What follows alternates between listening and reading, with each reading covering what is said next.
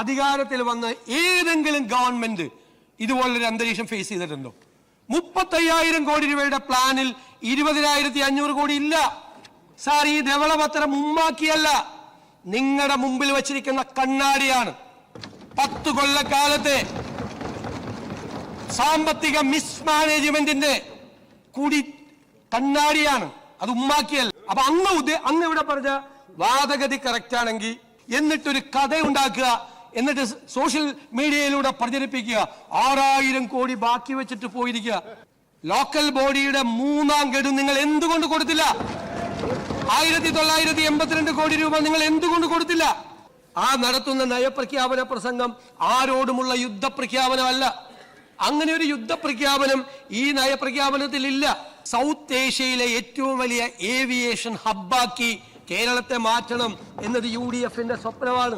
നമുക്ക് ലോകത്തിലെ തൊഴിൽ രംഗം മാറുന്നതനുസരിച്ച് അതനുസരിച്ചുള്ള കറസ്പോണ്ടിങ് ആയിട്ടുള്ള കരിക്കുലം ചേഞ്ച് വേണം. ബഹുമാനപ്പെട്ട ഗവർണറോട് നടത്തിയ നയപ്രഖ്യാപന പ്രസംഗത്തിന് ബഹുമാന്യനായ കോവളം അംഗം CM വിൻസെന്റ് അവതരിപ്പിച്ച നന്ദി പ്രമേയത്തെ ഞാൻ പൂർണ്ണമായി പിന്തുണയ്ക്കുന്നു.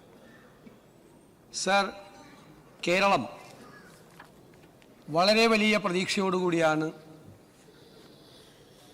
UDF സർക്കാരിന് അധികാരത്തിലെത്തിയിരിക്കുന്നത്. ആ ജനങ്ങളുടെ പ്രതീക്ഷയും സ്വപ്നങ്ങളും സാക്ഷാത്കരിക്കാനുള്ള അർപ്പണബോധത്തോടെ, നിശ്ചയദാർഢ്യത്തോടെ ഈ സർക്കാർ മുന്നോട്ട് പോകും. അത് ജനങ്ങളോട് നൽകിയ കാര്യങ്ങൾ, അവരോട് പറഞ്ഞ കാര്യങ്ങൾ, അവർക്ക് കൊടുത്ത വാക്ക്, ആ വാക്ക് പാലിച്ചുകൊണ്ട്, വാഗ്ദാനങ്ങൾ നിറവേറ്റിക്കൊണ്ട് ഒരു പുതിയുഗ കേരളത്തെ കെട്ടിപ്പടുക്കും എന്നാണ് ഞങ്ങൾ പറഞ്ഞിരിക്കുന്നത്. ആ പുതിയുഗ കേരളം യാഥാർത്ഥ്യമാക്കാനുള്ള കൂട്ടായ പരിശ്രമം ഉണ്ടാകും. ഞാൻ കരുതുന്നത് ആർക്കും ഒന്നും ഒറ്റയ്ക്ക് ചെയ്യാൻ കഴിയില്ല എന്ന് വിശ്വസിക്കുന്ന ഒരാളാണ് ഞാൻ. കൂട്ടായി നമ്മളെല്ലാവരും ചേർന്ന് ഒരു ടീം ബിൽഡ് ചെയ്ത് നമുക്ക് കേരളത്തിന് മാറ്റങ്ങൾ ഉണ്ടാക്കണം. നമ്മൾ വളരെ അഭിമാനത്തോടു കൂടി ചില സോഷ്യൽ ഇൻഡിക്കേറ്റേഴ്സ് കഴിഞ്ഞ ഒരു അര നൂറ്റാണ്ട് കാലമായി പറഞ്ഞുകൊണ്ടിരിക്കുകയാണ്. ആരോഗ്യരംഗത്ത്, വിദ്യാഭ്യാസ രംഗത്ത്, ഒരുപാട് മേഖലകളിൽ നമ്മൾ മറ്റ് സംസ്ഥാനങ്ങളിൽ നിന്ന് വ്യത്യസ്തമായി ഒരുപാട് മാറ്റങ്ങൾ ഉണ്ടാക്കിയിട്ടുണ്ട്. അത് മിഷണറിമാരുടെ കാലം മുതൽ, രാജാക്കന്മാരുടെ കാലം മുതൽ, ജനാധിപത്യ സർക്കാരുകൾ അധികാരത്തിൽ വന്ന കാലം മുതൽ ആ മാറ്റമുണ്ടായിട്ടുണ്ട്. കേരളത്തിൽ അധികാരത്തിലിരുന്ന എല്ലാ ജനാധിപത്യ സർക്കാരുകളും അക്കാര്യത്തിൽ വലിയ പങ്ക് വഹിച്ചിട്ടുണ്ട്. അതൊന്നും യാഥാർത്ഥ്യ ബോധത്തോടു കൂടിയേ നമുക്ക് കാണാൻ കഴിയുകയുള്ളൂ. പക്ഷെ അതേസമയം സർ, നമ്മൾ അഭിമാനത്തോടെ പറഞ്ഞിരുന്ന പല സോഷ്യൽ ഇൻഡിക്കേറ്റേഴ്സും ഇന്ന് സ്റ്റാഗ്നന്റാണ്, മന്ദതയിൽ നിൽക്കുകയാണ്, അവിടെ നിൽക്കുകയാണ്. കാലാനുസൃതമായ മാറ്റം പല രംഗത്തും നമുക്കുണ്ടായിട്ടില്ല. പല പദ്ധതികളും നടപ്പാക്കാൻ നമുക്ക് സ്വപ്നങ്ങളില്ലാതെ ഇരുന്നിട്ടല്ല, നമുക്ക് സ്വപ്നങ്ങളുണ്ട്. പക്ഷേ നമ്മുടെ പദ്ധതികൾ നടപ്പിലാക്കുന്നതിനുണ്ടാകുന്ന അനാവശ്യമായ കാലതാമസം നമ്മളെ, കേരളത്തെ ഇപ്പോൾ പിന്നോട്ട് നടത്തിയിരിക്കുകയാണ്. ആ യാഥാർത്ഥ്യം നമ്മൾ തിരിച്ചറിയണം. അത് രാഷ്ട്രീയമായി പരസ്പരം കുറ്റപ്പെടുത്തുന്ന ജനാധിപത്യ സമ്പ്രദായം ഒന്നും തെറ്റല്ല. പക്ഷെ രാഷ്ട്രീയമായി കുറ്റപ്പെടുത്തലിൻ്റെ അപ്പുറത്ത് ജനാധിപത്യം എന്ന് പറയുന്നത് ഒരു ഡിസ്കോസാണ്. അതിൻ്റെ ജനാധിപത്യത്തിൻ്റെ സൗന്ദര്യം വർദ്ധിക്കുന്നത് ആ ഡിബേറ്റിലും ഡിസ്കോസിലൂടെയാണ്. സാർ, ആ സംവാദം നിയമസഭയ്ക്കകത്തും നിയമസഭയ്ക്ക് പുറത്തും നടക്കുന്ന സംവാദങ്ങളിൽ ഒരു ഔട്ട്കം ഉണ്ടാകണം, ഒരു റിസൾട്ട് ഉണ്ടാകണം. ആ റിസൾട്ട് കേരളത്തിന് മാറ്റമുണ്ടാക്കാൻ, കേരളത്തിലെ ജനങ്ങളുടെ ജീവിത നിലവാരത്തിന് മാറ്റമുണ്ടാക്കാൻ ഉതകുന്ന ഒരു ഡിബേറ്റ് കേരളത്തിൽ നടക്കണം. ഗവൺമെന്റിനെ വിമർശിക്കണം, ഗവൺമെന്റിന്റെ തെറ്റായ നടപടികളെ ചൂണ്ടിക്കാട്ടണം. ഗവൺമെന്റ് ആ തെറ്റുകൾ തിരുത്തും. തെറ്റാണ് എന്ന് തോന്നിയാൽ തിരുത്താൻ ഒരു മടിയും ഈ ഗവൺമെന്റിനുണ്ടാവില്ല. അതിന്റെ അപകർഷതാബോധത്തിന്റെ പ്രശ്നമില്ല. തെറ്റ് ചൂണ്ടിക്കാണിക്കാൻ ജനാധിപത്യ സംവിധാനത്തിൽ എല്ലാവർക്കും അധികാരമുണ്ട്. ജനങ്ങൾക്ക്, സാധാരണ ജനങ്ങൾക്ക്, ജനപ്രതിനിധികളായ നിങ്ങൾക്ക്, ഭരണകക്ഷിയിലും പ്രതിപക്ഷത്തും പെട്ടവർക്ക്, മാധ്യമങ്ങൾക്ക്, പൊതുസമൂഹത്തിന് ചൂണ്ടിക്കാണിച്ചാൽ തെറ്റാണ് എന്ന് ബോധ്യമായാൽ അത് തിരുത്തി മുന്നോട്ട് പോകും. ഒരു സംശയവും അക്കാര്യത്തിലില്ല. പക്ഷെ മാറ്റമുണ്ടാകണം. ഞങ്ങൾ പ്രതിപക്ഷത്തിരുന്നു കൊണ്ട് ഗവൺമെന്റിനെ അതിരൂക്ഷമായി വിമർശിച്ചിട്ടുണ്ട്. പക്ഷെ ഞാൻ കരുതുന്നു ഇന്ത്യയിൽ ആദ്യത്തെ ഒരു പ്രതിപക്ഷമാണ്. ഗവൺമെന്റിനെ ഞങ്ങൾ ശക്തമായി വിമർശിച്ചപ്പോൾ, ഗവൺമെന്റ് എവിടെയെല്ലാം പരാജയപ്പെട്ടു എന്ന് ചൂണ്ടിക്കാണിച്ചപ്പോൾ, ആ സർക്കാർ പരാജയപ്പെട്ട സ്ഥലത്ത് എന്ത് ചെയ്യാൻ കഴിയുമെന്ന് ഞങ്ങൾ 2 വർഷം മുമ്പേ ചർച്ച തുടങ്ങി. ആരോഗ്യരംഗത്ത്, വിദ്യാഭ്യാസ രംഗത്ത്, അടിസ്ഥാന വികസന രംഗങ്ങളിൽ, പൊതുവായ കാര്യങ്ങളിലെല്ലാം നിരവധി വിദഗ്ധരുമായിട്ടുള്ള കൂടിയാലോചനകൾ നടത്തി, കോൺക്ലേവ് നടത്തി, നിരവധിയായ ഡോക്യുമെന്റുകൾ ഞങ്ങൾ രൂപപ്പെടുത്തി ഞങ്ങളൊരു ചർച്ച ആരംഭിച്ചിരുന്നു. സാർ, അതിൽ നിന്ന് രൂപപ്പെട്ടു വന്ന കാര്യങ്ങളാണ് ഞങ്ങൾ പുതുയുഗ യാത്രയിൽ കേരളത്തിലെ ജനങ്ങളോട് പറഞ്ഞത്. ഞങ്ങൾ അധികാരത്തിൽ വന്നാൽ ഞങ്ങൾ ആ മാറ്റങ്ങൾ ഈ സംസ്ഥാനത്ത് ഉണ്ടാക്കും. സംസ്ഥാനത്ത് മാറ്റമുണ്ടാകണം. ആരോഗ്യരംഗത്ത്, വിദ്യാഭ്യാസ രംഗത്ത്, തൊഴിൽ മേഖലയിൽ ഉൾപ്പെടെയുള്ള ഒരുപാട് രംഗങ്ങളിൽ സമഗ്രമായ മാറ്റമുണ്ടാകണം. കേരളത്തിലെ ജനങ്ങളുടെ ജീവിത നിലവാരം ഉയർത്തണം. ആരോഗ്യ വിദ്യാഭ്യാസ രംഗങ്ങൾ ഈ ലോകത്തിന്റെ മുഴുവൻ ഡെസ്റ്റിനേഷൻ പോയിന്റ് ആക്കി കേരളത്തെ മാറ്റാൻ നമുക്ക് കഴിയണം. സാർ, നമ്മുടെ കുട്ടികൾ പുറത്തേക്ക് പോകുന്നു. ബ്രെയിൻ ഡ്രെയിനാണ് നടക്കുന്നത് കേരളത്തിൽ. എല്ലാവരും പോകുന്നത് തടയാൻ കഴിയില്ല. ലോകത്തിലെ ഉന്നതമായ വിദ്യാഭ്യാസ സ്ഥാപനങ്ങളിൽ പോയി നമ്മുടെ കുട്ടികൾ പഠിക്കട്ടെ. പക്ഷെ ഇപ്പോൾ നടക്കുന്ന ബ്രെയിൻ ഡ്രെയിൻ എന്ന് പറയുന്നത് ലോകത്തിലെ ഉന്നതമായ വിദ്യാഭ്യാസ സ്ഥാപനങ്ങളിലേക്കാണോ ഈ കുട്ടികൾ പോകുന്നത്? അല്ല. അപ്പൊ അതിനൊരു നമുക്കൊരു മാറ്റമുണ്ടാകണം. ആ മാറ്റമുണ്ടാകണമെങ്കിൽ ഉന്നതമായ വിദ്യാഭ്യാസ സംവിധാനങ്ങൾ കേരളത്തിൽ ഉണ്ടാകണം. നമുക്ക് ആരോഗ്യരംഗത്ത് ലോകത്തിന്റെ മുഴുവൻ ഡെസ്റ്റിനേഷൻ പോയിന്റ് ആക്കി കേരളത്തിലെ മാറ്റണമെങ്കിൽ ആരോഗ്യരംഗത്ത് മാറ്റമുണ്ടാകണം. നമ്മുടെ കേരളത്തിന്റെ സവിശേഷതകളെ നമുക്ക് എങ്ങനെ പ്രയോജനപ്പെടുത്താൻ കഴിയുമെന്ന് ആലോചിക്കണം. ഞങ്ങൾ ഈ നയപ്രഖ്യാപന പ്രസംഗത്തിൽ ഞങ്ങൾ എങ്ങനെയാണ് ഇത്തരം കാര്യങ്ങളെ സമീപിക്കുന്നത്, ഞങ്ങളുടെ നയം എന്താണ് എന്നാണ് വ്യക്തമായി പറഞ്ഞിരിക്കുന്നത്. ഒരു ഗവൺമെന്റ് അധികാരത്തിൽ വരുമ്പോൾ ആ നടത്തുന്ന നയപ്രഖ്യാപന പ്രസംഗം ആരോടുമുള്ള യുദ്ധപ്രഖ്യാപനമല്ല. അങ്ങനെ ഒരു യുദ്ധപ്രഖ്യാപനം ഈ നയപ്രഖ്യാപനത്തിൽ ഇല്ല. ഞങ്ങൾ എന്താണ് ഞങ്ങളുടെ സമീപനം, ഞങ്ങളുടെ ലക്ഷ്യം എന്താണ് എന്നാണ് ഞങ്ങൾ പറഞ്ഞിരിക്കുന്നത്. അതിൽ ഞങ്ങൾ തെരഞ്ഞെടുപ്പ് കാലത്ത് ഞങ്ങൾ ജനങ്ങളോട് പറഞ്ഞു, ഞങ്ങൾ അധികാരത്തിൽ വന്നാൽ 5 ഇന്ദിരാ ഗ്യാരണ്ടികൾ നടപ്പാക്കും. സർ, ആദ്യത്തെ മന്ത്രിസഭാ യോഗത്തിൽ ആ 2 ഗ്യാരണ്ടികൾ, 5 എണ്ണത്തിൽ ആ 2 ഗ്യാരണ്ടികൾ തീരുമാനിക്കാൻ കഴിഞ്ഞു എന്നുള്ള അഭിമാനത്തോടു കൂടിയാണ് ഞാൻ ഇവിടെ നിൽക്കുന്നത്. KSRTC ബസ്സിൽ സ്ത്രീകൾക്കുള്ള സൗജന്യ യാത്രയുടെ ആദ്യഘട്ടം ഈ 15-ാം തീയതി പ്രഖ്യാപിക്കും. 15-ാം തീയതി മുതൽ അത് നടപ്പാവുകയാണ്. സർ, ഇന്ത്യയിൽ ആദ്യമായി ഒരു സംസ്ഥാനത്ത് സീനിയർ സിറ്റിസൺസിന് ഒരു വകുപ്പുണ്ടാക്കിയിരിക്കുക. അത് ആ തീരുമാനമെടുത്തു. ആ തീരുമാനം ഒരുപാട് ലക്ഷ്യങ്ങളോട് കൂടിയാണ്. ഒരുപാട് ലക്ഷ്യങ്ങൾ. അത് ലോകത്തിലെ പല മാതൃകകളും കേരളത്തിൽ കൊണ്ടുവരണം. ഞാൻ പറഞ്ഞു, ഒരു സൊസൈറ്റി പരിഷ്കൃതമാണോ അല്ലയോ എന്ന് തീരുമാനിക്കുന്നത് ആ സൊസൈറ്റി, ആ സമൂഹം അവിടുത്തെ മുതിർന്ന പൗരന്മാരോട് എങ്ങനെ പെരുമാറുന്നു എന്നതിനെ കണക്കാക്കിയാണ്. സാർ, 3-4 വർഷം കഴിയുമ്പോൾ ഈ കേരളം ഈ രാജ്യത്തോട് മുഴുവൻ അഭിമാനത്തോടെ പറയാൻ കഴിയുന്ന ഒരു സാഹചര്യം, ഇന്ത്യയിലെ ഏറ്റവും പരിഷ്കൃതമായ സമൂഹമാണ് കേരളത്തിൽ ഉള്ളത് എന്ന് നമുക്ക് പറയാൻ കഴിയണം. അതൊരു ഔദാര്യ വെൽഫെയർ സ്കീമല്ല, മുതിർന്ന പൗരന്മാർക്ക് കൊടുക്കുന്ന ഒരു ഔദാര്യമല്ല. അത് അവരെ കൂടി നമ്മുടെ ഈ സംസ്ഥാനത്തിന്റെ നിർമ്മാണത്തിൽ പങ്കാളികളാക്കുന്ന ഒരു സിൽവർ ഇക്കോണമിയാണ്. അത് രാജ്യത്തിന്റെ ഏറ്റവും മോഡലായി കേരളത്തിൽ നമ്മൾ തുടക്കമിടാൻ നമ്മൾ ആഗ്രഹിക്കുന്നു. സാർ, നമുക്ക് ഒരുപാട് സ്വപ്ന പദ്ധതികൾ ഞങ്ങൾ നേരത്തെ പ്രഖ്യാപിച്ചിരുന്നു, ഞങ്ങളുടെ പ്രകടന പത്രികയിൽ പ്രഖ്യാപിച്ചിരുന്നു. അത് വേറെ ആരുടെയെങ്കിലും പ്രകടന പത്രികയിൽ ഉണ്ടോ എന്ന് ഞാൻ പരിശോധിച്ചിട്ടില്ല. ഞങ്ങളുടെ പ്രകടന പത്രികയിൽ പറഞ്ഞ കാര്യങ്ങൾ, അതിലെ പ്രധാനപ്പെട്ട സ്വപ്ന പദ്ധതികൾ ഇതിനകത്തുണ്ട്. സാർ, എന്താണ് കേരളത്തിന്റെ സവിശേഷത? നമുക്ക് ചില അഡ്വാൻറ്റേജസും ഡിസഡ്വാൻറ്റേജസും ഉണ്ട്. നമ്മുടെ ഡിസഡ്വാൻറ്റേജ് എന്ന് പറഞ്ഞാൽ നമുക്ക് സ്ഥലമില്ല എന്നുള്ളതാണ്. നമ്മുടെ ഡെൻസിറ്റി ഓഫ് പോപ്പുലേഷനാണ്, ജനസാന്ദ്രതയാണ്. പല സംരംഭങ്ങളും തുടങ്ങാനുള്ള ബുദ്ധിമുട്ടിന്റെ ഏറ്റവും പ്രധാനപ്പെട്ട പ്രശ്നങ്ങളിലൊന്ന് ലാൻഡാണ്. സാർ, നമ്മുടെ സവിശേഷതകളോ? നമുക്ക് 600 കിലോമീറ്റർ തീരപ്രദേശമുണ്ട്, കടലാണ്. നമുക്ക് 2 അന്താരാഷ്ട്ര തുറമുഖങ്ങളുണ്ട്, ഒരു കണ്ടെയ്നർ ടെർമിനലുണ്ട്, 17 മിനി തുറമുഖങ്ങളുണ്ട്. സാർ, ഇതിനെയെല്ലാം സംയോജിപ്പിച്ച് കേരളത്തെ ഒരു തുറമുഖ നഗരമാക്കി മാറ്റണം എന്നതാണ് ഈ സർക്കാരിന്റെ ഏറ്റവും വലിയ സ്വപ്നം. തുറമുഖ നഗരമാക്കി മാറ്റണം. സാർ, 1-ാം ഘട്ടത്തിൽ നമ്മുടെ റോഡുകൾ ഇപ്പൊ ഹൈവേ വരികയാണ്, റോഡുകൾ നിബിഡമാണ് വാഹനങ്ങൾ കൊണ്ട്. സാർ, അതിൽ 50% ലോജിസ്റ്റിക്സ് എങ്കിലും നമുക്ക് കടൽ വഴിയാക്കണം.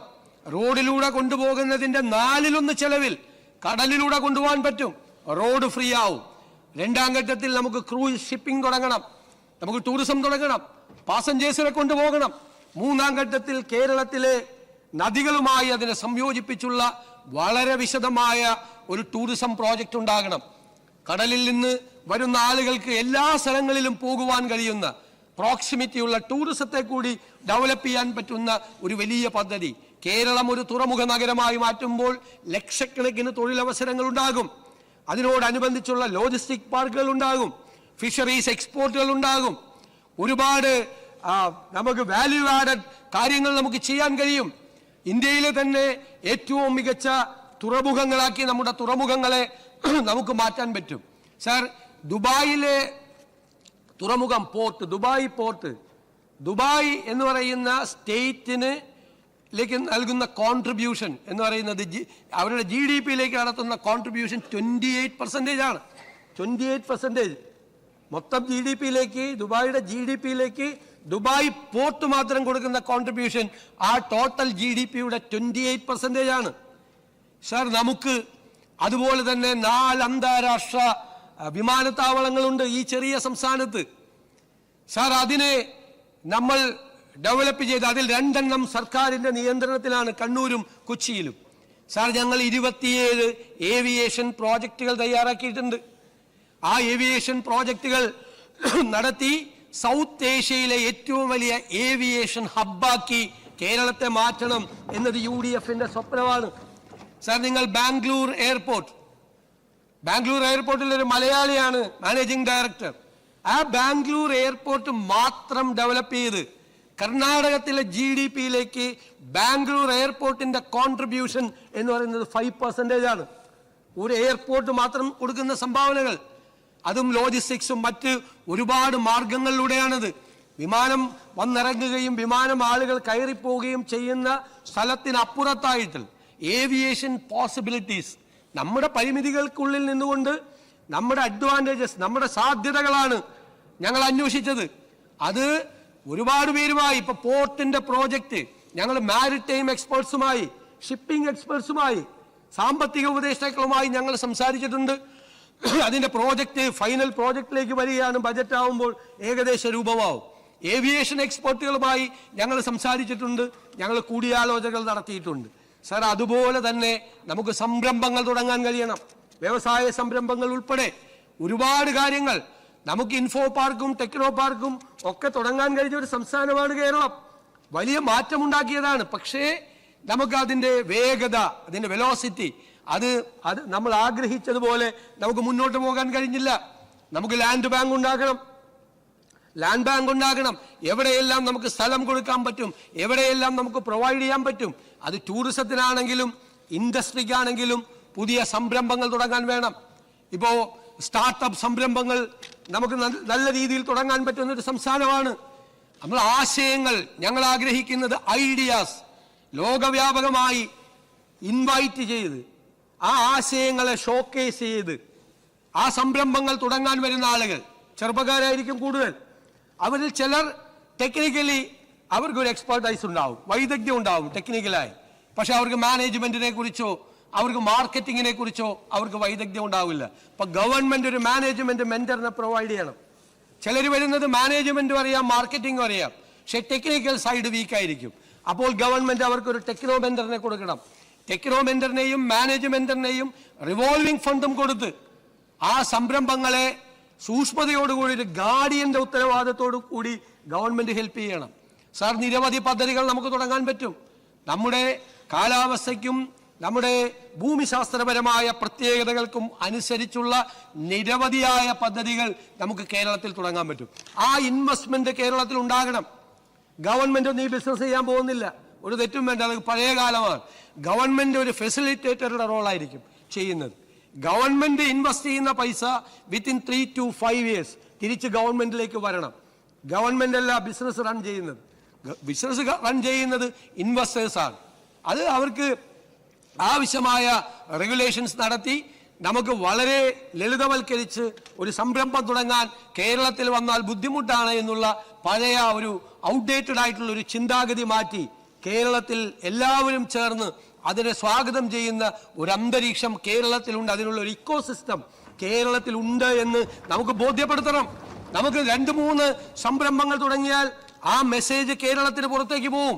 നമുക്ക് ഒരുപാട് മാറ്റങ്ങൾ ആ രീതിയിൽ നമുക്ക് ഉണ്ടാക്കിയേ നമുക്ക് മതിയാവും. ആ MSME സംരംഭങ്ങൾ ഉൾപ്പെടെയുള്ള കാര്യങ്ങളിൽ നമുക്ക് അത്തരം സമീപനമാണ് നമുക്ക് വേണ്ടത് എന്നുള്ളതാണ്. സർ, ഇവിടെ വിദ്യാഭ്യാസ രംഗത്തുൾപ്പെടെ ഔട്ട്ഡേറ്റഡ് ആയിട്ടുള്ള കോഴ്സുകളാണ്, കാലഹരണപ്പെട്ട കോഴ്സുകളാണ്. ഞാൻ പഠിക്കുമ്പോൾ 90% മാർക്കുണ്ടെങ്കിൽ മാത്രം കിട്ടുന്ന ചില കോഴ്സുകൾ ഇപ്പോഴും പഠിപ്പിക്കുകയാണ്. ആ കോഴ്സുകൾ ഔട്ട്ഡേറ്റഡ് ആണ്. ഒരാവശ്യമില്ല, അത് പഠിച്ചു കഴിഞ്ഞാൽ ഒരു ജോലിയില്ല. അതുകൊണ്ടാണ് കുട്ടികൾ പുറത്തേക്ക് പോകുന്നത്. നമുക്ക് ലോകത്തിലെ തൊഴിൽ രംഗം മാറുന്നതനുസരിച്ച് അതനുസരിച്ചുള്ള കറസ്പോണ്ടിങ് ആയിട്ടുള്ള കരിക്കുലം ചേഞ്ച് വേണം. നമുക്ക് പുതിയ കോഴ്സുകൾ ഉണ്ടാകണം. ലോകത്ത് എന്താണ് നടക്കുന്നത് എന്ന് നമ്മൾ മനസ്സിലാക്കി അതനുസരിച്ചുള്ള കോഴ്സുകൾ ഉണ്ടാകണം. ഇന്ന് വളരെ വേഗത്തിലാണ് തൊഴിൽ മേഖല മാറുന്നത്. ഇന്നുണ്ടാകുന്നൊരു തൊഴിൽ 4 കൊല്ലം കഴിഞ്ഞാൽ ഇല്ല, അവിടെ ക്ലോസ്ഡ് ആവുകയാണ്. പക്ഷെ വേറൊരു സ്ഥലത്ത് വേറൊരു ഓപ്പണിംഗ് ഉണ്ടാവുകയാണ്. സ്കില്ലായിട്ടുള്ള ഒരു വർക്കർക്ക് പെട്ടെന്ന് ജോലി ഇല്ലാതാവുകയാണ്. അയാളെ നമ്മൾ റീസ്കില്ല് ചെയ്ത് അതിനയക്കണം. ഇതാണ് ലോകത്തെ തൊഴിൽ രംഗം. ആ തൊഴിൽ രംഗത്തിന് കറസ്പോണ്ടിങ് ആയിട്ട് കരിക്കുലത്തിൽ ചേഞ്ച് വരുത്തണം. ബാക്കിയുള്ള തൊഴിൽ മേഖലകളിൽ അതിൻ്റെതായ മാറ്റങ്ങൾ വരുത്തുമ്പോഴാണ് നമ്മുടെ കുട്ടികൾക്ക് തൊഴിലവസരങ്ങൾ ഉണ്ടാക്കുന്നത്. നമ്മുടെ നാട്ടിലും പുറത്തും അവർക്ക് തൊഴിലവസരം നമുക്ക് ഉണ്ടാക്കി കൊടുക്കാൻ കഴിയുന്നത്. സർ, അതുപോലെ തന്നെ അതിശക്തമായൊരു നിലപാട് നമ്മളെ മയക്കുമരുന്നിനെതിരായി സ്വീകരിക്കണം കേരളം. നമ്മുടെ ഡെമോഗ്രാഫിക് ഡിവിഡൻഡ് ആണ് നമ്മുടെ യുവത്വം എന്ന് പറയുന്നത്. നമ്മുടെ ജനസംഖ്യയിലെ ഒരു 60-65% ആ യങ്സ്റ്റേഴ്സാണ്. മറ്റു പല രാജ്യങ്ങളിൽ നിന്ന് വ്യത്യസ്തമായി നമുക്ക് ഭാവിയിൽ വലിയ ശുഭപ്രതീക്ഷയോടുകൂടി ഭാവിയെ കാത്തിരിക്കുന്നതിൻ്റെ കാരണം കൺസ്ട്രക്റ്റീവായ ക്രിയേറ്റീവായ ഒരു യുവത്വം നമുക്കുണ്ട് എന്നുള്ളതാണ്. ആ യുവത്വത്തെ കൊലയ്ക്ക് കൊടുക്കാൻ നമുക്ക് സമ്മതിക്കാൻ പാടില്ല. അപകടകരമായ രീതിയിൽ മയക്കുമരുന്ന് വ്യാപനമുണ്ടാകുന്നു കേരളത്തിൽ. ഏത് വിദൂര ഗ്രാമത്തിലും ഏത് സബ്സ്റ്റൻസും 10-15 മിനിറ്റ് കൊണ്ട് ലഭിക്കും. അത്രയും വലിയ നെറ്റ്വർക്കാണ് അവർക്കുള്ളത്. ആ ചെയിൻ നമ്മൾ തകർക്കണം. നമ്മൾ അറസ്റ്റ് ചെയ്യുന്നത് ഇത് വലിക്കുന്ന കൺസ്യൂമേഴ്സിനാണ്. NDPS ആക്ട് അനുസരിച്ച് അപ്പം തന്നെ ജാമ്യം കൊടുത്ത് പുറത്തിറങ്ങുകയാണ്. അവൻ പോലീസ് സ്റ്റേഷനിൽ 3 മണിക്കൂർ നിന്നത് ക്ഷീണം തീർക്കാൻ പിന്നെയും പോയി പുറത്ത് വലിക്കുകയാണ്. നമുക്ക് ഈ ശൃംഖല തകർക്കണം, ഈ സോഴ്സ് തകർക്കണം. അതിന് കോമ്പീറ്റന്റ് ആയിട്ടുള്ള ഏജൻസികളാണ് നമ്മുടെ പോലീസും നമ്മുടെ എക്സൈസും എന്ന് നമ്മൾ തെളിയിക്കണം. നമ്മൾ രാഷ്ട്രീയ പാർട്ടികളും സാംസ്കാരിക സംഘടനകളും മതസംഘടനകളും അവയർനെസ് ഏറ്റെടുക്കണം, ബോധവൽക്കരണം ഏറ്റെടുക്കണം. ഞങ്ങളുടെ കുഞ്ഞുങ്ങളെ കൊലയ്ക്ക് കൊടുക്കാൻ ഞങ്ങൾ വിട്ടുതരില്ല എന്ന് കേരളം ഒരുമിച്ച് പ്രഖ്യാപിച്ച് ഇതിന് അന്ത്യം വരുത്തണം. ഇതിന്റെ മുന്നിൽ നമ്മളെ കീഴടങ്ങിയാൽ പിന്നെ കേരളം ഉണ്ടാകില്ല എന്ന യാഥാർത്ഥ്യം കൂടി തിരിച്ചറിയണം. അതിനു വേണ്ടിയിട്ടുള്ള പദ്ധതികളാണ് ആഭ്യന്തര വകുപ്പിന്റെയും എക്സൈസ് വകുപ്പിന്റെയും വിദ്യാഭ്യാസ വകുപ്പിന്റെയും എല്ലാം നേതൃത്വത്തിൽ നമ്മൾ ആരംഭിക്കുന്നത്.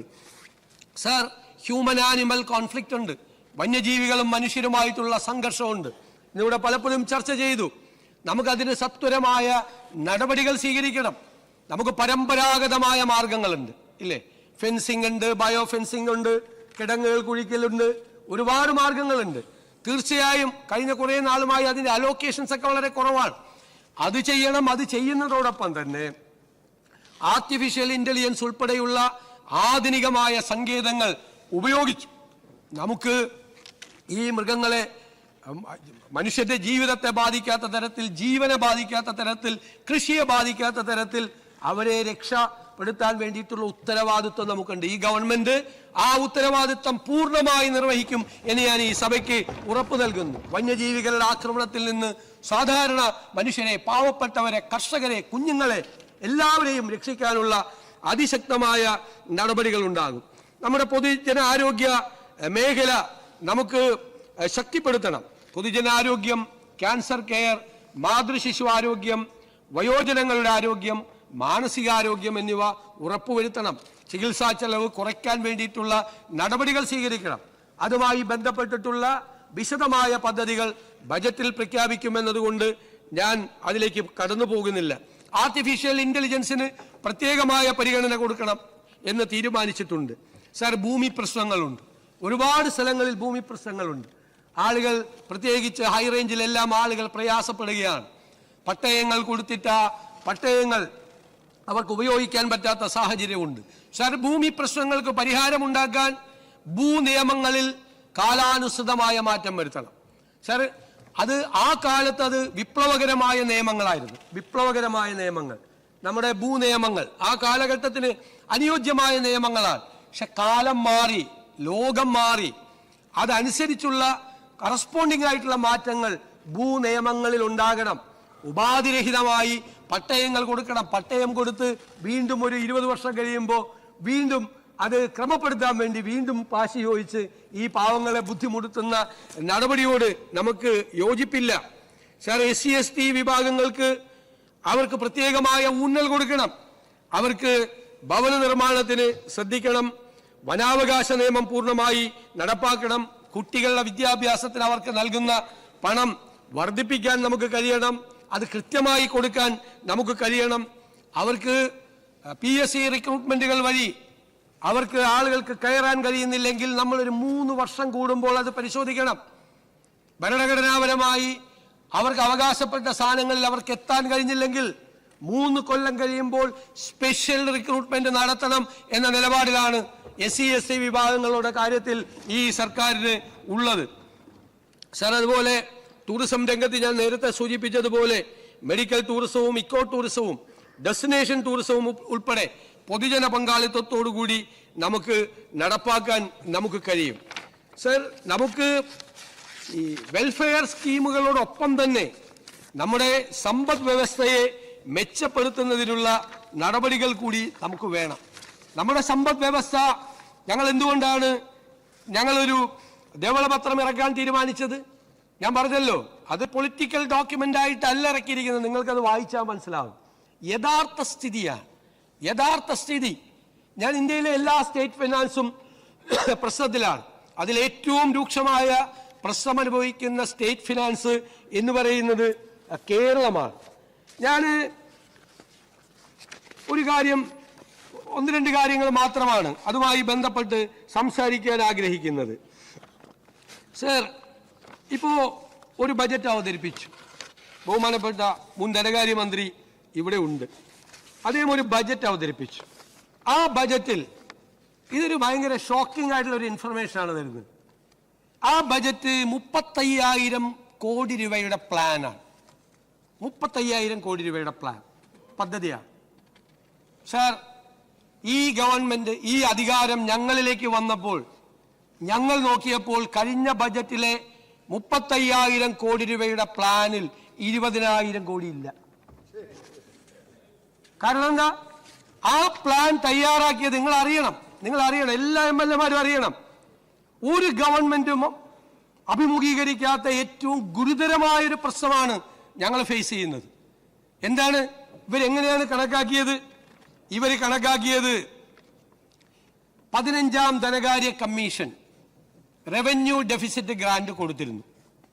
55,000 കോടി കൊടുത്തിരുന്നു 5 കൊല്ലമായിട്ട്. ഈ ഗവൺമെന്റ് കിട്ടിയ വലിയ നേട്ടമാണ് കഴിഞ്ഞ ഗവൺമെന്റ്. അപ്പൊ 16ാം ധനകാര്യ കമ്മീഷൻ വരും. 16ാം ധനകാര്യ കമ്മീഷൻ വരുമ്പോൾ റവന്യൂ ഡെഫിസിറ്റ് ഗ്രാന്റ് 14,137 കോടി രൂപ ഈ ഫസ്റ്റ് ഇയറിൽ ലഭിക്കും. അതാണ് അദ്ദേഹത്തിന്റെ കണക്ക്. 16ാം ധനകാര്യ കമ്മീഷൻ തീരുമാനിച്ചു റവന്യൂ ഡെഫിസിറ്റ് ഗ്രാന്റ് നിർത്തി. സർ, അത് കിട്ടുമെന്ന് കരുതി പ്ലാൻ ആരെങ്കിലും തയ്യാറാക്കും? പ്ലാൻ അത് കിട്ടിയേക്കും. അത് എന്ത് കണക്കാണ്? 14,137 കോടി അത് കിട്ടിയേക്കും. അതായത് 16ാം ധനകാര്യ കമ്മീഷൻ റവന്യൂ ഡെഫിസിറ്റ് ഗ്രാന്റ് പ്രഖ്യാപിക്കുമ്പോൾ ഒരു 14,137 കോടി നമുക്ക് കിട്ടും ഫസ്റ്റ് ഇയറിൽ. അതില്ല, പോയി. പ്ലാനിൽ നിന്ന് 14,137 കോടി രൂപ പോയി. സാർ, പിന്നെയുള്ള കണക്ക് എന്താണ്?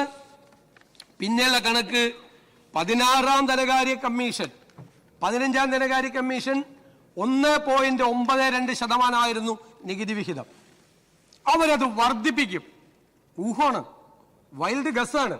അത് അവർ വർദ്ധിപ്പിച്ച് അത് 2.8 ആക്കും. പക്ഷെ അവർ വർദ്ധിപ്പിച്ചു. പക്ഷെ 2.38 മാത്രമാണ് അവരാക്കിയത്. സർ, അപ്പോൾ എത്രയാ പോയത്? അപ്പോൾ വീണ്ടും ഒരു 5000 കോടി കൂടി പോയി. മറ്റ് ചില പ്രതീക്ഷിച്ച ഗ്രാന്റുകളിൽ നിന്ന് ഒരു 600 കോടി രൂപ പോയി. ഞാൻ ചോദിക്കട്ടെ, കേരളത്തിന്റെ ചരിത്രത്തിൽ അധികാരത്തിൽ വന്ന ഏതെങ്കിലും ഗവൺമെന്റ് ഇതുപോലൊരു അന്തരീക്ഷം ഫേസ് ചെയ്തിട്ടുണ്ടോ? 35,000 കോടി രൂപയുടെ പ്ലാനിൽ 20,500 കോടി ഇല്ല. അല്ലല്ല, ഞാൻ തീർത്തോട്ടെ, അതൊരു സംശയം ചോദിക്കാം. 20,500 കോടി ഇല്ല. Let me complete. I will give you an opportunity. 20,500 കോടി രൂപ ഇല്ല.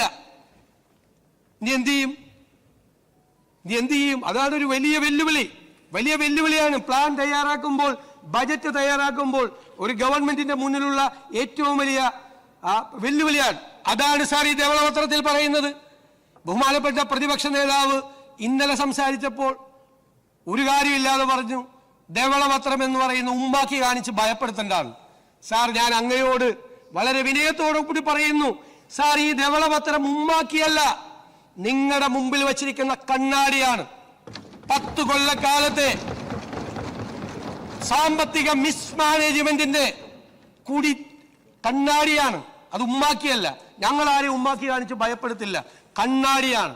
ആ കണ്ണാടിയിലേക്കൊന്ന് നോക്കണം സാർ, എന്നിട്ട് പുറകിലേക്കൊന്ന് സഞ്ചരിക്കണം.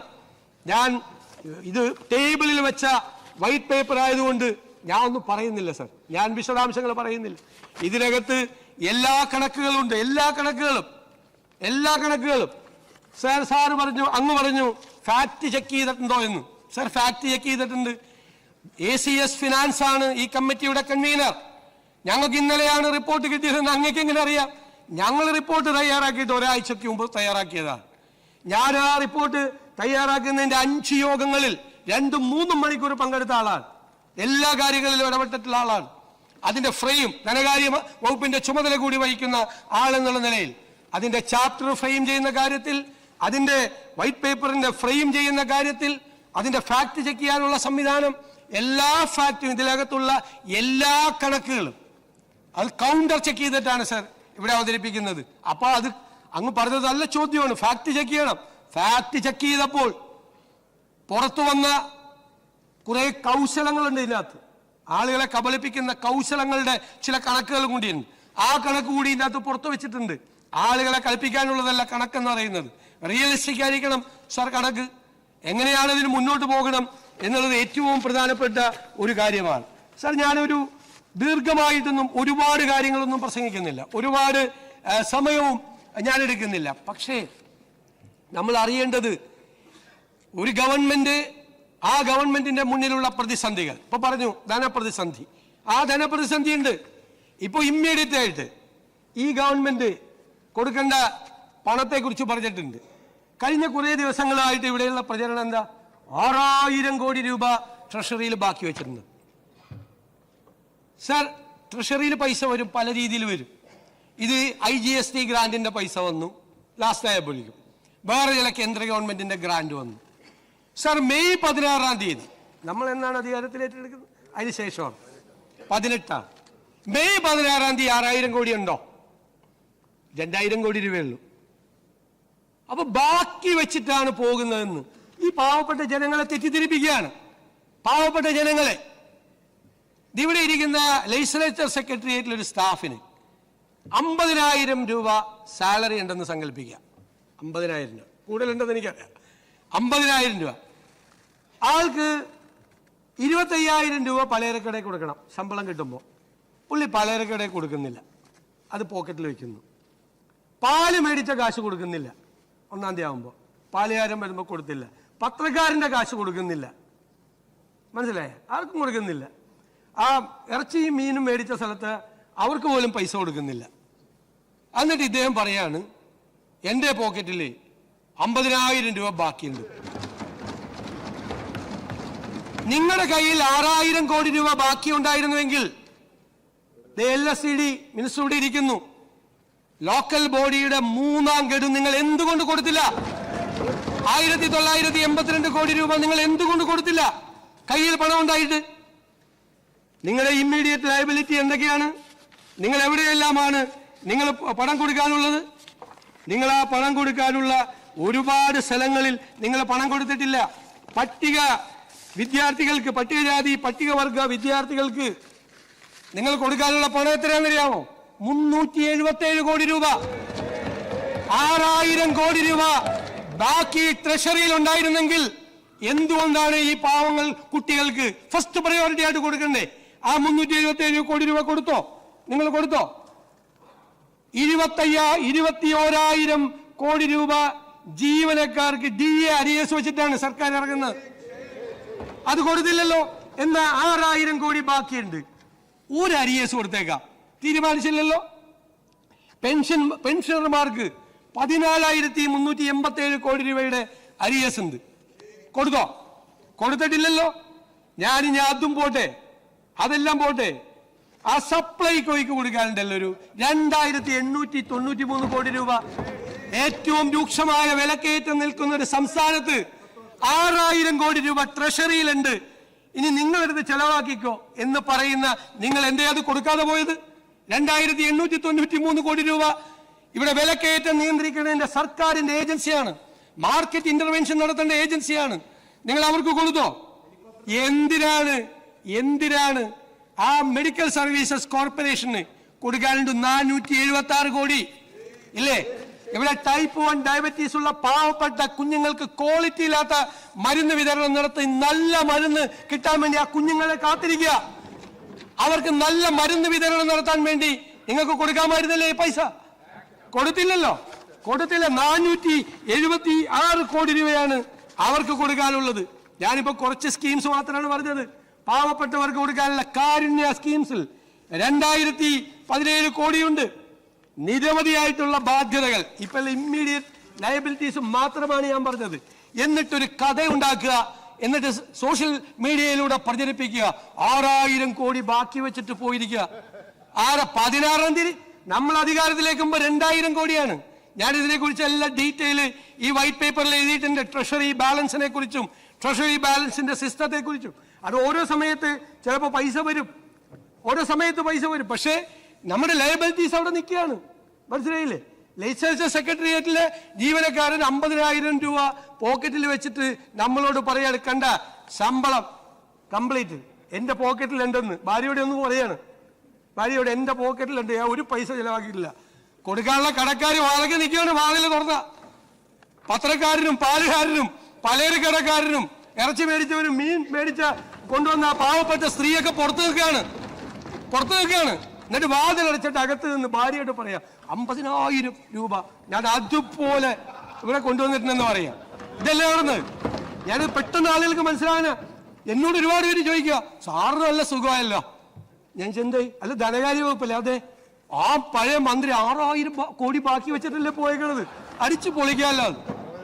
അപ്പൊ അവരോടാണ് എന്നോട് ചോദ്യം ചോദിച്ച അവരോടാണ് ഞാൻ ഈ ഒരു ജീവനക്കാരൻ, ശമ്പളം കിട്ടിയ ജീവനക്കാരന്റെ കഥ പറഞ്ഞത്. ഇപ്പൊ മനസ്സിലായല്ലോ, കാര്യം മനസ്സിലായില്ല. ഇതാണ് സാമ്പത്തിക അവസ്ഥ. സാർ, ഇതിന് മാറ്റമുണ്ടാകണം. സമ്പദ് വ്യവസ്ഥ ഞങ്ങൾ കമ്പയർ ചെയ്തിട്ടുണ്ട്. ബാക്കിയുള്ള സ്റ്റേറ്റിലെ സമ്പദ് വ്യവസ്ഥയുമായിട്ട് ഓരോ ഇൻഡിക്കേറ്റേഴ്സുമായിട്ട് കമ്പയർ ചെയ്ത് വളരെ മോശമാണ്. നമ്മുടെ ഇൻട്രസ്റ്റ് റേറ്റ് നമുക്ക് വളരെ കൂടുതലാണ്. ഒരുപാട് കാര്യം കിഫ്ബിയെ കുറിച്ച് പറഞ്ഞിട്ടുണ്ട്.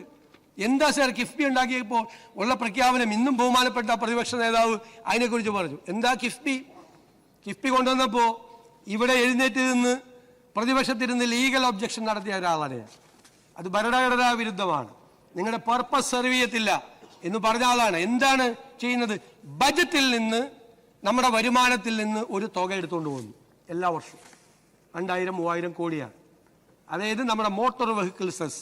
അതാണ് കിഫ്ബിയുടെ ഒരു ബജറ്റിന് പുറത്താണ്, സർക്കാരിന് പുറത്താണെന്ന് പറയുന്ന സാധനമാണ്. അങ്ങോട്ട് കൊണ്ടുവന്നു. ഇവിടെ നിന്നാണ് കൊണ്ടുവന്നത്. ബജറ്റേതര എക്സ്ട്രാ ബജറ്ററി ഇതാണ് സംഭവമായിട്ടാണ് അവതരിപ്പിച്ചത്. ഈ പൈസ അങ്ങോട്ട് കൊണ്ടുവന്നു. പിന്നെ ബാക്കി കടം മേടിക്കുക. കടം മേടിച്ചേക്കണ പലിശ നിരക്ക് കേട്ടാൽ നിങ്ങൾ തലചുറ്റി വീഴും. കടം മേടിച്ചേക്കണ നമ്മൾ ഗ്ലോബൽ ഫിനാൻസ് മാർക്കറ്റ് അറിയാവുന്ന ഒരാൾ കണ്ട ബോധം പോകും. ഈ റേറ്റിന് ഇൻട്രസ്റ്റ് റേറ്റിനാണ് പൈസ മേടിച്ചത്. ആ ബോറോയിങ് എന്തിന്റെ കെയർ ഓഫിലാണ്? Sovereign guarantee of the state. ഈ സ്റ്റേറ്റ് സോവറിൻ ഗ്യാരണ്ടി കൊടുക്കണം കടം മേടിക്കുന്നതിന്. ഇവിടുന്ന് പൈസ, ബജറ്റിൽ നിന്ന് പൈസ എടുത്ത് അങ്ങോട്ട് കൊടുക്കണം. ഇത് രണ്ടും കൂടി കൂട്ടിയിട്ടാണ് അവരുടെ തുക. ഇനി ഈ തുക ഇവർക്ക് ഒറ്റയ്ക്ക് അടയ്ക്കാൻ പറ്റുമോ? പറ്റില്ല. എന്തുകൊണ്ടാ? ഒറ്റ സെൽഫ് ഇൻകം ജനറേറ്റിംഗ് ആയിട്ടുള്ള ഒരു സ്കീമും ഇല്ല കിഫ്ബിയിൽ. ഞാനൊന്ന് കാല് പിടിച്ച് പറഞ്ഞു അന്നത്തെ ധനകാര്യമന്ത്രിയോട്, നിങ്ങളൊരു 50% പ്രോജക്റ്റ് നിങ്ങൾ സെൽഫ് ഇൻകം ജനറേറ്റിംഗ് ആയിട്ട് വെച്ചാൽ ഈ പൈസ അടച്ചു പോകും, സർക്കാരിൽ ബാധ്യത വരില്ല. അപ്പൊ അൾട്ടിമേറ്റ് ആയിട്ട് എന്താ? അൾട്ടിമേറ്റ് ആയിട്ട് വരുന്നത് നമ്മുടെ ബജറ്റിന്റെ തലയിലേക്ക് വരും. പിന്നെ ഒരു ഉപായം പറഞ്ഞത് എന്താ? കടമെടുപ്പിന്റെ പരിധിയിൽ, അതായത് GSDP-യുടെ 3% ഇപ്പൊ 3.5 ഉണ്ട് കണ്ടീഷണലായിട്ട്, അത്രേ കടമെടുക്കാൻ കേന്ദ്ര ഗവൺമെന്റ് സമ്മതിക്കുള്ളൂ. ഇതാണെങ്കിൽ കേന്ദ്ര ഗവൺമെന്റ് കാണാതെ വേറെ പുറത്തുനിന്ന് കടമെടുക്കാന്ന് പറഞ്ഞു. ഞാൻ പറഞ്ഞു അത് അവർ സമ്മതിക്കില്ല. കാരണം സ്റ്റേറ്റ് ഫിനാൻസ് കൺട്രോൾ ചെയ്യാൻ വേണ്ടിയിട്ടാണ് അത് FRBM ആക്ട് കൊണ്ടുവന്നത്. അത് ചെയ്യരുതെന്ന് പറഞ്ഞു. എന്താ പറ്റിയത്? ഇപ്പോ അത് കടമെടുപ്പിന്റെ പരിധിയിലാക്കി. അതുകൂടി ഞങ്ങളുടെ തലയിലാണ്. ഞങ്ങൾക്ക് കടമെടുക്കാൻ ഈ നിശ്ചിതമായ 3.5, അതിൽ 0.5 പവർ സെക്ടറിലെ കടമെടുക്കാൻ പറ്റുള്ളൂ. 3% ആണ് GSDP-യുടെ കടമെടുക്കാൻ പറ്റുന്നത്. അതിനകത്ത് ഞങ്ങൾക്ക് കടമെടുക്കാൻ എല്ലാ സർക്കാരും കടമെടുക്കണ്ടേ? ആ കടമെടുക്കാനുള്ള തുക നല്ലൊരു ഭാഗം ഈ കിഫ്ബിക്ക് വേണ്ടി തിരിച്ചടക്കണം. ഇതാണ് സ്ഥിതി. ആ കിഫ്ബി ഉണ്ട്. എന്നിട്ട് അതൊരു പ്രത്യേകമായ സാമ്രാജ്യം. ധനകാര്യ വകുപ്പോട് യാതൊരു ബന്ധമില്ല. ധനകാര്യ വകുപ്പിലേക്ക് ഫയൽ വരില്ല, പ്രോപ്പറായിട്ടുള്ള ഓഡിറ്റിംഗ് ഇല്ല, ഒന്നുമില്ലാതെ ഒരു പ്രത്യേകമായ വേറൊരു സാമ്രാജ്യം, വേറൊരു ലോകം സൃഷ്ടിച്ചിരിക്കുകയാണ് അവിടെ. അതിനെപ്പറ്റി ഒരു ചാപ്റ്റർ ഉണ്ട്. നിങ്ങൾ വായിക്കണം. നിങ്ങൾ വായിക്കണം. അത് സ്റ്റേറ്റ് എക്സ്ചക്കറിനെ ഏതെല്ലാം തരത്തിൽ ഭരണകക്ഷിയിലായിരുന്നുവെങ്കിലും അന്ന് ഇപ്പോൾ ഇരിക്കുന്ന ബഹുമാനപ്പെട്ട അമ്പലപ്പുഴ അംഗം അദ്ദേഹം അതിനെ വളരെ ഭംഗിയായിട്ട് അതിന്റെ കുറവുകൾ അന്ന് മനസ്സിലാക്കിയ ആളാണെന്നാണ് എൻ്റെ വിചാരം. അന്ന് നിങ്ങൾ ആലോചിക്കണം, മുൻ മന്ത്രിയായിരുന്ന C. മുഹമ്മദ് റിയാസ് ഇവിടെ ഇരിക്കുന്നു. PWD എന്ന് പറയുന്നത് നമ്മുടെ ഏറ്റവും എഫിഷ്യൻ്റ് ആയിട്ടുള്ള ഒരു സംവിധാനമാണ്. എന്തെങ്കിലും കുറവുണ്ടെങ്കിൽ നമുക്ക് പരിഹരിക്കാവുന്നതല്ലേ. ഏറ്റവും എഫിഷ്യൻ്റ് ആയിട്ടുള്ള ഒരു സംവിധാനമാണ്. അങ്ങ് PWD മന്ത്രിയായിരുന്നു. നന്നായി ചെയ്യാവുന്ന ഒരു സിസ്റ്റം ഉണ്ട്. അവിടെ നിന്നുള്ള ഈ വർക്കെല്ലാം എടുത്തിട്ട് പുറത്ത് ഇതുപോലത്തെ ഒരു ഏജൻസിക്ക് കൊടുത്ത് അവരെ കൊണ്ട് ചെയ്ത് വലിയ തുക മേടിച്ച് 9%, 9.72% പലിശയ്ക്ക് മേടിച്ചിട്ട് ഇവിടെ കൊണ്ടുവന്നിട്ട് 6% പലിശയ്ക്ക് ബാങ്കിലിടുക. ആ പലിശ കൊടുക്കുക. ആരാണ് അൾട്ടിമേറ്റ് ആയിട്ട് കൊടുക്കേണ്ടത്? ബജറ്റിലാണ് അതിന്റെ മുഴുവൻ ബാധ്യത വന്നിരിക്കുന്നത്. മുഴുവൻ ബാധ്യത അതിന് ആ വർക്കിലൊക്കെ ഉണ്ടായിരിക്കുന്ന അൺനെസസറി ആയിട്ടുള്ള ഡിലേ ഇല്ലേ, ഭയങ്കര ഡിലേ ആണ്. PWD-യിൽ ഡിലേ വരുന്നത് എപ്പോഴും ഒരു കോൺട്രാക്ടർ ഇട്ടിട്ട് പോയാലേ. ഇല്ലെങ്കിൽ ഒരു സിസ്റ്റം ഉണ്ട് PWD-ക്ക്, ഇപ്പോഴും ഉണ്ട് ഒരു സിസ്റ്റം. കുറച്ചുകൂടി ശ്രദ്ധിച്ചാൽ കുറെ കൂടെ ഭംഗിയാക്കുക. ഒരു കോൺട്രാക്ടർ ഇട്ടിട്ട് പോയാൽ അയാളെ റിസ്ക് ആൻഡ് കോസ്റ്റിൽ അയാളെ മാറ്റി പിന്നെ ഒരു പുതിയ ടെൻഡർ വെച്ച് കോൺട്രാക്ട് ചെയ്യുമ്പോഴാണ് പ്രശ്നം. ഇതെല്ലാം ആ സിസ്റ്റം എല്ലാം തകർത്ത് അതിൻ്റെ പുറത്തേക്ക് ഇങ്ങനെ ഒരു സംവിധാനം ഉണ്ടാക്കി. ആ സംവിധാനം ഇന്നിപ്പോൾ ഞങ്ങളുടെ തലയിലിരിക്കുകയാണ്. ഉള്ള കാര്യം പറഞ്ഞതാണ്. അത് ഞാൻ എല്ലാ MLA-മാരും കൂടി അറിയാൻ പറയാണ്. അത് ഒന്നുകൂടി പരിശോധിച്ച് വിദഗ്ധ അഭിപ്രായങ്ങൾ കൂടി തേടി ആർക്കും ദോഷമില്ലാത്ത കാര്യത്തിൽ സ്റ്റേറ്റിനും ചെയ്ത വർക്കുകൾക്കും ഒന്നും ദോഷകരമല്ലാത്ത രീതിയിൽ എല്ലാ MLA-മാർക്കും ടെൻഷനാണ്. ഭരണകക്ഷിയിലും പ്രതിപക്ഷത്തും പെട്ടവർക്ക് വർക്ക് അവാർഡ് ചെയ്തു. ചിലത് AS കൊടുത്തു, ചിലത് TS കൊടുത്തു, ചിലത് ആകാശത്തും ഭൂമിയിലല്ലാതെ ചില വർക്ക് നിൽക്കുന്നു. എന്താണ് സംഭവിക്കാൻ പോകുന്നതിൻ്റെ ഭീതിയാണ്. നമുക്ക് ആർക്കും ദോഷകരമല്ലാത്ത രീതിയിൽ ഒരു നല്ല രീതിയിൽ അത് പരിഹരിക്കാൻ കഴിയുമെന്നുള്ള പൂർണ്ണമായ വിശ്വാസം. ഒന്നുകൂടി പഠിക്കണം. ഒന്നുകൂടി പഠിച്ച് വളരെ വേഗത്തിൽ അതിനെ സംബന്ധിച്ചിട്ടുള്ളൊരു തീരുമാനം ഉണ്ടാവും. സാർ, ഞാൻ ദീർഘിപ്പിക്കുന്നില്ല. സാർ, ബഹുമാനപ്പെട്ട പ്രതിപക്ഷ നേതാവ് ഇവിടെ സംസാരിച്ചപ്പോൾ പറഞ്ഞു ഈ നയപ്രഖ്യാപന പ്രസംഗം കേട്ട് നിരാശ വന്നത്. അങ്ങനെ നിരാശപ്പെടരുതെന്നാണ് എൻ്റെ വിനയപൂർവ്വമായ അഭ്യർത്ഥന. ഇത് പ്രതീക്ഷ ഉണർത്തുന്ന ഒരു നയപ്രഖ്യാപനമാണ്. ഇനി BJP പ്രസിഡന്റിനെ കുറിച്ച് നല്ലത് പറഞ്ഞെങ്കിൽ ഞാൻ അദ്ദേഹത്തോട് നന്ദി പറയുന്നു. നല്ലത് പറഞ്ഞെങ്കിൽ ഇപ്പം ആരുടെയെങ്കിലും പ്രകടന പത്രികയിൽ ഏതെങ്കിലും രീതിയിൽ എഴുതി വെച്ചിട്ടുണ്ടോ? ഞാനതൊന്നും നോക്കിയിട്ടില്ല. ഞങ്ങളുടെ പ്രകടന പത്രികയിൽ പറഞ്ഞ കാര്യങ്ങൾ, ഞങ്ങൾ ജനങ്ങളോട് പറഞ്ഞ വാക്കുകളാണ് ഞാൻ ഇതിനകത്ത് സൂചിപ്പിച്ചത്. പിന്നെ രാഷ്ട്രീയ ദുരൂഹത ഉണ്ട് തെരഞ്ഞെടുപ്പുമായിട്ട് ബന്ധപ്പെട്ടെന്ന് പറഞ്ഞു. അങ്ങയോട് ഞാനൊരു കാര്യം അങ്ങ് പറഞ്ഞു. അങ്ങ് ചെയ്യേണ്ട ഒരു പ്രധാനപ്പെട്ട കാര്യം എന്ന് പറയുന്നത് ഇവരോടൊക്കെ ഒന്ന് ചോദിച്ച് നോക്കണം. ഈ കണക്ക് തരുന്ന സമയത്ത് അങ്ങ് നിയമത്തെ ഒരു കണക്ക് പറഞ്ഞു. നിങ്ങൾ 3-ാം സ്ഥാനത്ത് പോയി 3 എടുത്തു. നിങ്ങൾ നിയമത്ത് നിങ്ങളുടെ വോട്ട് കുറഞ്ഞു എന്ന് പറഞ്ഞു ഇല്ലേ? നിയമത്ത് ഞങ്ങളുടെ മാത്രമാണ് വോട്ട് കുറഞ്ഞത്. LDF-ന്റെ വോട്ട് കുറഞ്ഞിട്ടുണ്ട്. നിങ്ങൾ പരിശോധിച്ചോ? LDF-ന്റെ വോട്ട് പരിശോധിച്ചിട്ടുണ്ട്. ഇനി ഇത് പറഞ്ഞപ്പോൾ അങ്ങയുടെ ഉപദേശകരെ അങ്ങയുടെ ശ്രദ്ധയിൽപ്പെടുത്താത്തൊരു കാര്യം കൂടി പറയാം. ചാത്തന്നൂര് ഞങ്ങൾക്ക് വോട്ട് കൂടിയിട്ടുണ്ട്. ഞങ്ങൾക്ക് 1000-ഓളം വോട്ട് കൂടിയപ്പോൾ നിങ്ങളുടെ LDFന്റെ 11,771 വോട്ട് താഴോട്ട് പോയി. അപ്പൊ നേരത്തെ കാര്യം മാത്രം പറഞ്ഞാൽ പോരല്ലോ, ചാത്തന്നൂരത്തെ കാര്യം പറയണ്ടേ? കഴക്കൂട്ടത്ത് UDF 4,188 കൂടുതൽ മേടിച്ചു. നിങ്ങളുടെ വോട്ട് എത്ര പോയെന്നറിയാമോ? 17,554. എന്നിട്ട് ബഹുമാനപ്പെട്ട പ്രതിപക്ഷ നേതാവ് കഴക്കൂട്ടത്ത് നിങ്ങളുടെ വോട്ട് കുറഞ്ഞെന്ന് പറഞ്ഞു. കഴക്കൂട്ടത്ത് നമ്മൾ രണ്ടുപേരെ കുറഞ്ഞു, മനസ്സിലായ? പിന്നെ അല്ല, നേമത്ത് കഴക്കൂട്ടത്ത് ഞങ്ങൾക്ക് രണ്ടിടത്തും ഞങ്ങളുടെ വോട്ട് കൂടി. ചാത്തന്നൂരും കൂടി, കഴക്കൂട്ടത്ത് നമ്മുടെ കൂടി ഭയങ്കരമായിട്ട്. കഴക്കൂട്ടത്ത് നിങ്ങളുടെ വോട്ട് 17,554, ചാത്തന്നൂര് 11,771 പോയി. അപ്പൊ അങ്ങ് ഇവിടെ പറഞ്ഞ വാദഗതി കറക്റ്റ് ആണെങ്കിൽ നിങ്ങൾ പ്ലാൻ ചെയ്ത് ജയിപ്പിച്ചാണ് അവര് 3 പേരെ. കറക്റ്റാണ്, അതാണല്ലോ പറഞ്ഞത്. അങ്ങനെ ഉദ്ദേശിച്ചാണല്ലോ ഞങ്ങള് 3-ാം സ്ഥാനത്ത് പോയിട്ട് ഞങ്ങൾ അന്നും 3-ാം സ്ഥാനത്താണ് കഴിഞ്ഞ പ്രാവശ്യം ഇവരെ സഹായിപ്പിച്ച. അന്ന് പറഞ്ഞ ആർഗ്യുമെന്റ് കറക്റ്റ് ആണെങ്കിൽ നിങ്ങളാണ് ഓൺ എ സിൽവർ പ്ലാറ്റർ, ഒരു വെള്ളിത്താളത്തിലാക്കി നിങ്ങളുടെ നേതാക്കന്മാർ പ്രതിനിധാനം ചെയ്തിരുന്ന ആ സീറ്റുകൾ BJPക്ക് സമ്മാനിച്ചു. ആണ് അങ്ങ് പറഞ്ഞ ആർഗ്യുമെന്റ് ശരിയാണെങ്കിൽ അതാണ് നിങ്ങളാണ് കൊടുത്തത്. അതിനെയാണ് ഞങ്ങൾ ഡീലാണ് എന്ന് പറഞ്ഞത്. നിങ്ങൾ തമ്മിൽ ഡീൽ ഉണ്ടായിരുന്നു എന്ന് ഞങ്ങൾ പറഞ്ഞത്. അത് മറയ്ക്കാൻ വേണ്ടിയിട്ട് അപ്പൊ കണക്കുകൾ കൃത്യമായിട്ടുണ്ടാവും, ആർക്കും മാറ്റി മറിക്കാനൊന്നും പറ്റില്ല. പിന്നെ അതുപോലെ ഞാൻ എല്ലാ കാര്യത്തെയും കുറിച്ച് പറയുന്നില്ല സാർ. ഈ നയപ്രഖ്യാപനം ഭാവി കേരളത്തിന് വേണ്ടിയിട്ടുള്ള ഒരു പോളിസി ഡിക്ലറേഷനാണ്.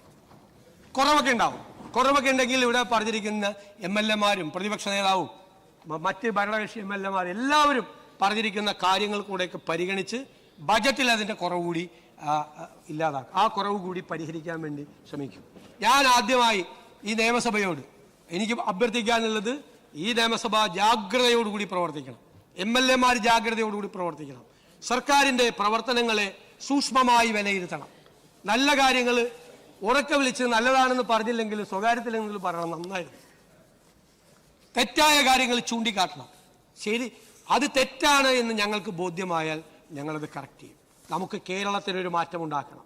നമ്മുടെ വരാനിരിക്കുന്ന തലമുറകൾക്ക്, നമ്മുടെ മക്കൾക്കും കൊച്ചുമക്കൾക്കും ജീവിക്കാൻ പറ്റുന്ന ഒരു സ്ഥലമാണ് കേരളമെന്നുണ്ടാകണം. സാർ, എനിക്ക് അഭിമാനമുണ്ട്. ഈ തെരഞ്ഞെടുപ്പ് ഞങ്ങളുടെ ടീം UDF എടുത്ത ഒരു സുപ്രധാനമായ നിലപാടുണ്ട്. ആ നിലപാട് അഡമന്റ് ആയിട്ടുള്ള സെക്യുലർ നിലപാടാണ്, വിട്ടുവീഴ്ചയില്ലാത്ത മതേതര നിലപാടാണ്. ഞങ്ങൾ ഒരാളായിട്ട് കോംപ്രമൈസ് ചെയ്തില്ല. ഞങ്ങൾ പറഞ്ഞു, തെരഞ്ഞെടുപ്പിന്റെ പീക്കിൽ നിൽക്കുമ്പോൾ ഞങ്ങളുടെ കയ്യിൽ വോട്ട് ബാങ്ക് ഉണ്ട് എന്ന് പറഞ്ഞ് ചിലർ വന്നു. ഞങ്ങൾ പറഞ്ഞു, വോട്ട് ബാങ്ക് ഉണ്ടെങ്കിൽ കയ്യിൽ വെച്ചോ, വർഗീയത പറയരുതെന്ന് മുഖത്ത് നോക്കി പറഞ്ഞു ഞങ്ങൾ. സാർ, അതിന് മതേതര കേരളം നൽകിയ അംഗീകാരമാണ് ഞങ്ങളുടെ ഈ ഉജ്ജ്വലമായ വിജയം.